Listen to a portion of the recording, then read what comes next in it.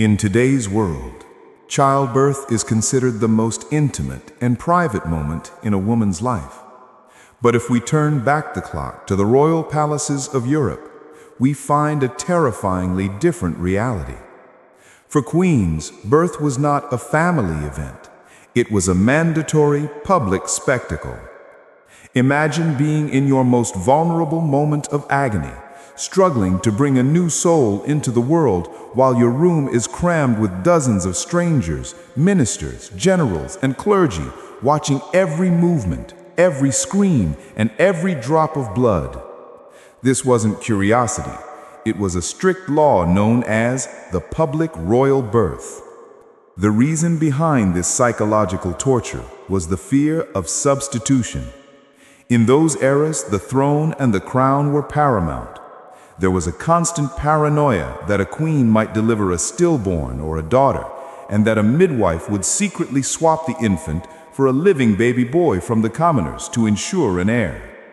Because rule relied on blood purity, witnesses had to see with their own eyes the exact moment the child emerged from the queen's womb, ensuring it wasn't smuggled in a pot or under clothes. The queen was merely a vessel for the state, possessing no right to privacy over her own body. The most famous and gruesome example of this occurred with the French Queen Marie Antoinette. In 1778, when the time came for her first delivery, her bedroom at the Palace of Versailles transformed into something resembling a crowded market. It wasn't just doctors and the royal family. Even commoners were allowed to enter the room to watch the queen give birth.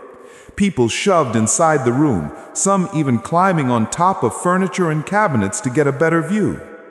The atmosphere was suffocating and sweltering. The queen was screaming not only from labor pains, but from terror and asphyxiation.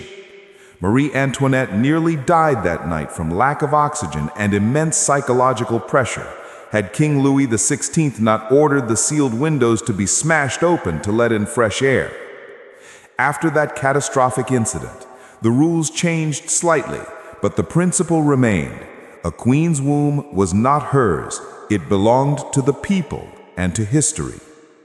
This tradition reminds us of the heavy price paid by women in power, where jewel-encrusted crowns often hid a life of disguised slavery.